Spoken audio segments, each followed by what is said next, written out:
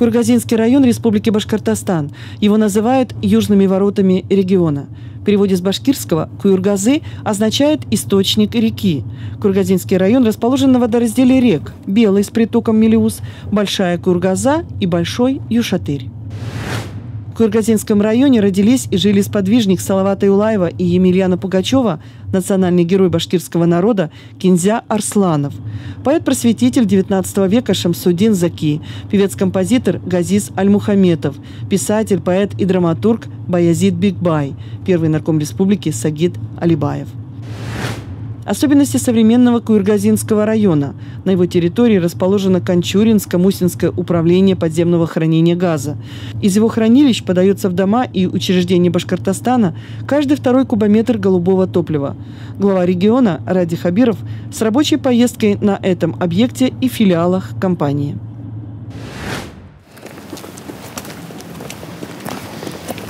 Сколько людей здесь работает? Здесь у меня 27 человек пока. Потому что кризис очень сильно здесь вот, за 5 месяцев мы очень пострадали. Здесь вот цех, где сегодня мы производили, ну и производим, давайте пройдем. Здесь и капремонт тоже происходит. В основном сейчас вот сегодня все на капремонте. Да. Вот эти вагончики на север вы отправляете, да? И на севере, где вот покупает, там это происходит. Но в основном «Газпром», наверное, нефтяники. Да, ну «Газпром», все нефтяные компании новые изготавливаются. Вот. Потом внутри, мы сейчас вот там посмотрим, здесь просто идет подготовка. И такие емкости. Заметили, вот здесь вот крепление. Это вагон-домики, может на друг другу собираться 2 этажа. Шасси снимаете? Снимается, да. Целый поселок можно построить. А вот эти емкости, это что? Это емкости вот на ремонт пришли. Они были в Роснефти. В связи с тем, что сегодня остановились производство, они были у нас в аренде, они их сдали. Мы сейчас вот капремонт производим, потому что готовим все равно когда-то. Думаю, появится это. А то есть заказы сильно просели у вас, да? Да, конечно. Очень сели. Некоторые даже позиции до 100% упала. Вот наша продукция, вот, которую выпускаем. Все сооружения мы опустили под землю. Там целые бетонные конструкции, потому что грузоподъемность от 250 до 500 тонн мы можем испытывать любой. Потому что мы сегодня выпускаем подъемники 40-тонные, 50, 60, 80, 100 тонны. А это вот вагончики. А они на какую температуру вообще? Вот? Вообще рассчитаны очень теплые. Вот. Теплые, да? Да, от заказчика зависит. Это вот вагончик, это вот сделано для ЭТРовцев. Здесь вот кабинет мастера. Да. Здесь вот такой вот холодильник. Мы почти все бригады укомплектовали такими вагончиками. Да, и телевизор и все остальные. Вот, емкости тоже предназначены, они любое зимнее и это условие. С подогревом, да? С подогревом, с этим. Поэтому все закрыты, все требования, которые сегодня есть нефтяники, все их предложения мы принимаем. Частенько мы встречаемся с ними и работаем с ними. Это сам. Поэтому сегодня основные заказчики, они... А так, я так понимаю, затоварились немножко, да, получается? Очень много. Серьезно, да? Да, у меня сегодня простаивает более 45 емкостей. А и подъемники вот 7, и оборудование, потому что мы так низко опустились сегодня, честно скажу, что уже на все соглашаемся. Уже любая работа, которая в городском хозяйстве, там даже какие-то, и это, раньше, если это не будем делать, это все делаем. Вот мачта. Ну, мы мачта делаем, все видят. Но хотелось бы, скажем, вы нас поддержите уже всем планом. Обязательно. И я хочу поблагодарить от себя, от имени коллектива. Спасибо вам Чтобы Вам вы спасибо. нашли время. Постарайтесь Да, коллектив это сохранить. сам. Постарайтесь Да. коллектив сохранить, компетенции Если сохранить. Тот инвестпроект вот по новой мачте мы как раз выносим, они как бы приоритетный проект. Хорошо. Поэтому ФРП уже как бы договоренность есть, но если будет заказы, то под 1%, чтобы новое оборудование взять. То есть это тоже как А бы- погоду сколько вам надо вагончиков продавать, чтобы нормально работать? Погоду, ну, месяц я 10 свободно. Если у меня заказы будут, я могу уже и принять еще людей, и это сам. А я на склад Ну, то сегодня, есть 100 Андрей Геннадьевич, не могу вагонов, да? работать. 100 вагонов в год, да? Да, Нет, в год нет, больше может. да, ну это зависит Зависит от заказов. Мы в прошлом году только вот для того, чтобы получить себе заказы, это мы инвестировали около 60 миллионов в свой капитал, выложили. А вообще у вас свое типа маленькое КБ есть, да? Да. Есть инженера, есть, то есть... Конечно, конструкторское бюро. Ну, я и говорю, Сегодня КБ. без этих, как я могу... Я просто гляжу, это выпустить всё-таки, такие да, да. подъемники я не могу. Каскад 40 полностью мы же- разработаны нами же. Да. И везде частота вот. Тут Спасибо. мы уже Спасибо. постарались Спасибо. показать. Спасибо. Спасибо. Добрый день, уважаемые гости. Перед вами представлена скважина номер 331 эксплуатационно-наблюдательного фонда Кончуринского ПХГ. Всего на Кончуринском ПХГ 141 такая скважина. На Мусинском ПХГ еще 26 скважин. Средняя производительность одной скважины 380 тысяч метров кубических газа в сутки. Вот. И скважина у нас получается пробурена на сакмаро-артинские отложения. Это рифовые известняки. Мощность их достигает порядка 500 метров. Они перекрыты солями, что обеспечивает нам герметичность ПХГ. Соли достигают у нас мощность до 1000 метров. Размеры нашего ПХГ Кончуринского 4,5 на 1,5 километра. Скважина 331 пробурена приблизительно вот в этой части. И перед вами вот образцы керна, выбранного из Кончуринского ПХГ. Газ. Емкость, кажется, многие думают, ну, грубо говоря, бак. Нет, вот в этих мелких порах хранится газ, рифовое вложение. Да, Видите? да. Раньше, может быть, здесь был океан, какие-то ракушки. Да. Есть два понятия: пористость и проницаемость пласта. Да. Пористость — это вот, грубо как пенза, она пористая, но она непроницаемая. А тут важно, То чтобы есть была проницаемая. там нету такой пустоты, это вот в породах Да, внутри. Именно как представить губку. Вот губка, она вмещает в А себя. как вы оттуда выдавливаете? А именно создается, мы закачиваем же газ именно, и тем самым как бы в структуре Там появляется... постоянно давление. Да. 140 Вот атмосфер. можете посмотреть, вот манометр, да, вот как раз. Вот при закачке мы используем компрессора, а при отборе уже за счет своей потенциальной энергии газ выходит сам. Это с какой глубины получается? Это вот глубина получается 1639-1642. С этого интервала отобран образец. Вот это прям живые образцы, все прям как бы из скважины. А потери большие вот при хранении? Ну а здесь, поскольку именно пористый пласт такой вот, именно здесь отсутствует газоводяной контакт, и, соответственно, вот для вот данной структуры здесь потери практически они внутрипластовые минимальны. Именно, как мы видим, здесь вот порядка 500 метров покрышки, вот это солей. Который хранится вот здесь основной или где? Нет, вот ниже. В Вот здесь. известняках. В известняках хранится, вот, желтым выделено. В известняках. Оно подстелено, получается, окисленной нефтью, практически как битум. То есть вниз у нас газ не уходит.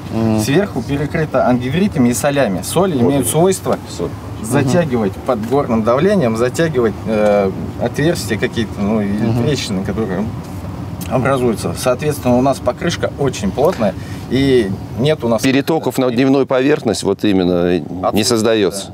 То есть это природа так постаралась. Ведем мониторинг. Мониторинг вышележащих слоев и водоносных, чтобы, не дай бог, там бабушка в колодец там куда-то пошла, и у нее там газ не оказался. А вот адарин добавляете, да, получается? Нет, адарант нет, здесь нет сейчас. Перед поставкой потребителю. Только на ГРСках. Тут просто какие-то, значит, анализаторы стоят. Конечно, мы еще скажем об этом Вот искусстве. это одна из реальных скважин, работающих вот давление 140. В данный момент. 140 скважин, которые вот говорили, это одна из них. Чтобы было представление, как вообще это работает. Вот. Ну и, соответственно, вот от скважины газопровод шлейф через обвязку идет на сборный пункт, вот, на который мы сейчас проследуем. Вот, там уже Со всех скважин собирается и по коллекторам направляется на сборные пункты, где значит, идет подготовка, замер, самое главное замер, и дальше и регулирование режима.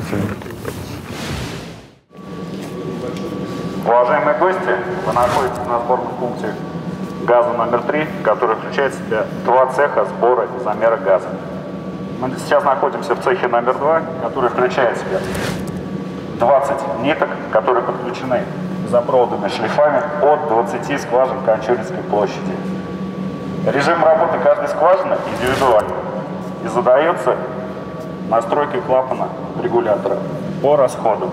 То есть какой расход нужно? Расход поддерживается в автоматическом режиме по каждой нитке.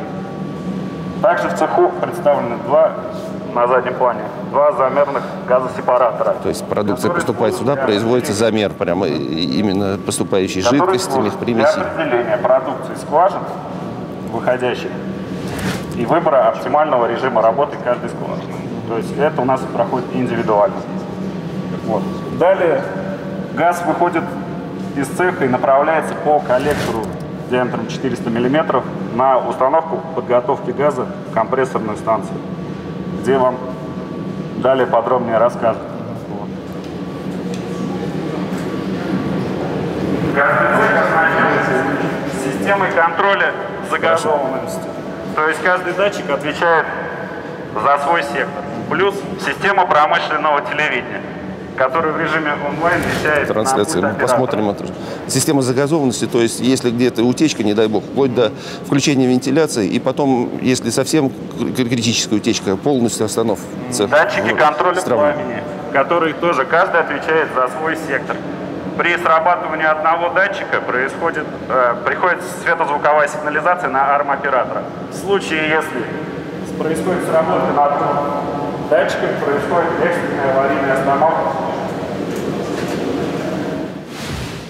Здесь, получается, рядом расположен аналогичный цех, то есть тоже 20 ниток. Вот мы в него... Главного не сказал. В каком режиме ты сейчас работаешь? В режиме закачки, да. Сегодня закачано 4 миллиарда 340 миллионов. К зиме готовитесь? Мы готовимся к зиме. Приблизительно через пару недель у нас будет уже активный объем 4700. Вот. У них будет нейтральный период, они подготовятся основательно. И где-то уже с октября мы начнем отбирать газ уже из пластов, тот, который закачали. Вот. Постепенно. Ну, Ради Фаридович, 22 миллиона сейчас закачка идет. Каждый день по 22 в сутки миллиона мы закачиваем. сейчас закачиваем. Причем, когда вот «Газпром-Трансгаз Уфа» ушла на ремонт газопровода, чтобы республика не пострадала, мы порядка 10 миллионов давали отбор летом. Да. То есть мы даже способны летом вести. Но это мы сейчас вот в докладах скажем, насколько удачно сегодня компоновка вот этой газовой вертикали. На севере, значит, магистральные газопроводы с компрессорными станциями, на юге подземка и посередине республика. И центр нагрузки Салават, Стерлитамак, вот это вот, и Алга вперед. Это Кадим Акзамович, наш легендарный строитель башкирский. Вот. Он, пожалуй, из той когорты строителей, которые строили Уренгой, Помар и Ужгород, вот эти вот все газопроводы, единственный, уникальный руководитель, который остался на всю систему «Газпрома». Об этом уже легенды слагают, да? Очень грамотный, очень... Здесь вот именно Газэнергосервис, когда выиграл тендер, Шамиль Гусманов поставил условия именно создать здесь дочернее предприятие. Не откуда бы либо пришли, а именно башкирское предприятие, которое оставляли кое-какие-то налоги. Здесь создано было 6 лет тому назад именно дочернее предприятие «Газэнергосервис Урал». На сегодняшний день здесь вот находится 260 человек работающих, 64 техники. Именно здесь, в этом центре, также работаем в Ауре, в Уфе, значит, там тоже находится 80 человек, специалистов, и 15 единиц там тоже техников, в Уфимском Уфе. И здесь сборный пункт из 48 скважин. На сегодня все технологические трубопроводы сварены, испытаны. Сейчас идет только, остался 2 обвязки, 2 скважины по метанолу. Работы ведутся внутри. Получается такая же станция, как да, мы были, да? Да, там 20 сколько-то было, да, здесь будет... На другое количество кустов скважин. Здесь 48 скважин. 40, здесь 48 скважин. Самое большое здесь, значит, скважин. И за железной дорогой находится 8 скважин. Мы туда тоже выходим, проколом все прошли. А объем инвестиций какой сюда? 2 миллиарда 530 миллионов. Значит, ожидаемый ввод основных фондов в текущем году будет 4 миллиарда 530 миллионов. И у нас есть политика промышленной безопасности. очень внедренная в «Газпроме». То есть мы отвечаем не за жизнь не только строителей людей, но и за рядом живущее население. Это же выбросы. Конечно. Это же горит фактически попутный газ, СО, НОx. Мы тоже очень на высоком уровне как Газэнергосервис «Урал», да, предприятие у вас? Да. Объемы-то у вас есть вот работы? Да, есть. У нас на сегодня работаем в Вологде компрессорная «Юбилейка», компрессорная «Нюкса», на Саратове, значит, компрессорная станция «Красноармейская».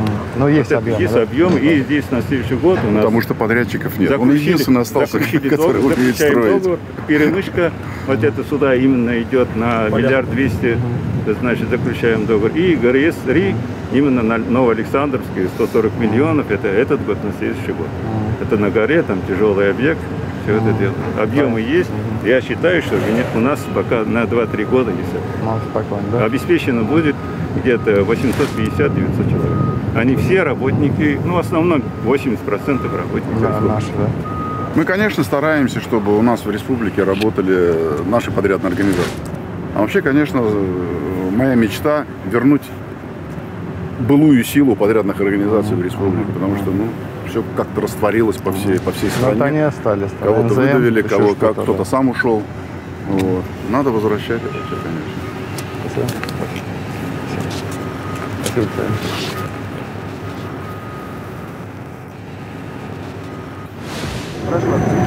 Здравствуйте, уважаемые гости! Перед вами находится газоперекачивающий агрегат ГПА-10 ПХГ-01 «Урал» номинальной мощностью 10 мегаватт.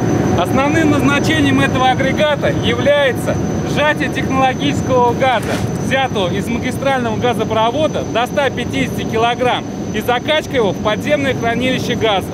Основным оборудованием, входящим в состав модульной обвязки, является сам газоперекачивающий агрегат, изготовленный НПО «Искра», город Пермь.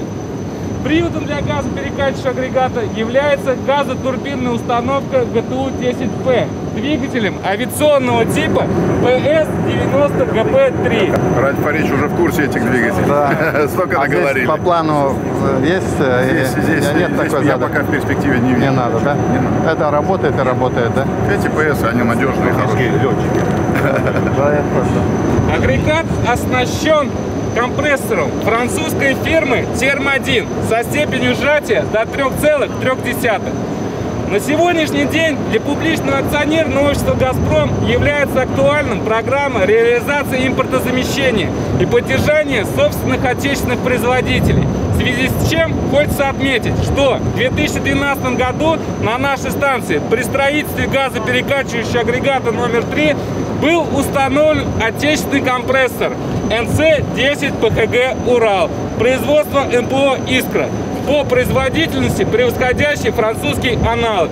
В 2013 году данный компрессор успешно прошел приемочное испытание и на сегодняшний день находится в промышленной эксплуатации. Доклад окончен. Спасибо за внимание. Ну, то есть здесь менять вы не будете, все, уже он работает, да? Применение АЭО, там тема газотранспортной системы. И вот они по 10 мегаватт, этого достаточно, да, получается? 10 мегаватт, да. Для ПХГ не мощность важна. У нас чем меньше мощность, у нас больше 4-6 мегаваттная, тем гибкость есть режима закачки. Десятка это уже многовато. АЭО очень мощный двигатель. Он именно для магистрали, именно для потока газа. Она нужна степень сжатия. Но у них сроки эксплуатации вот этих пермских движков еще есть, да? Есть ресурс у них есть. Сколько до ремонта? 25 тысяч? 25 тысяч, до капремонта 25 капитального тысяч ремонта 25 тысяч часов. На двигатель отправляется на завод, он устанавливается, дефектоскопия делается, меняются, значит, дефектные детали и снова дальше. А вообще вот на ПХГ вот по стране, наверное, пермские используются, да, движки? Сатурн, Рыбинские, Пермские, Кузнецовские, НК. А раньше украинские, наверное, еще были. Да, украинские С63. Да, есть вот Д-336 у нас, это мучение, конечно. Ну, переходим. В основном Кузнецов это Су-95, бомбардировщика дальнего. Вот БС-90 с пассажирским самолетом. Крылья поставил и полетел, да? Спасибо. Уважаемые гости, представляю вашему вниманию установку подготовки кончуринского газа. Введена в эксплуатацию в 2009 году. Подготовка газа осуществляется методом низкотемпературной сепарации.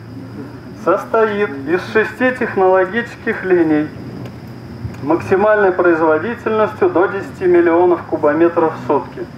Для более ознакомления по оборудованию пройдемте, пожалуйста, в цех. Ну, вот здесь как раз происходит вся процедура именно очистки от мехпримесей. Вот именно здесь. Прошу. Вот. Уважаемые гости, слева от меня находится ряд первичных газосепараторов.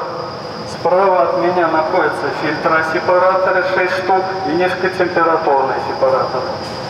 Пройдемте, пожалуйста, за мной. Регулировка параметров давления, расхода, уровня жидкости в сосудах осуществляется автоматически. Также цех оснащен системами контроля загазованности. При срабатывании первого порога включается аварийная вытяжная вент-система. При срабатывании второго порога осуществляется остановка цеха. Еще одна защита Кончуринского цеха — автоматическая система пенного пожаротушения. Наверх, если посмотрите. Контроль осуществляется извещателями пламени. При срабатывании 2 извещателей происходит аварийная остановка цеха и подача пенного пожаротушения в определенную секцию. Спасибо за внимание.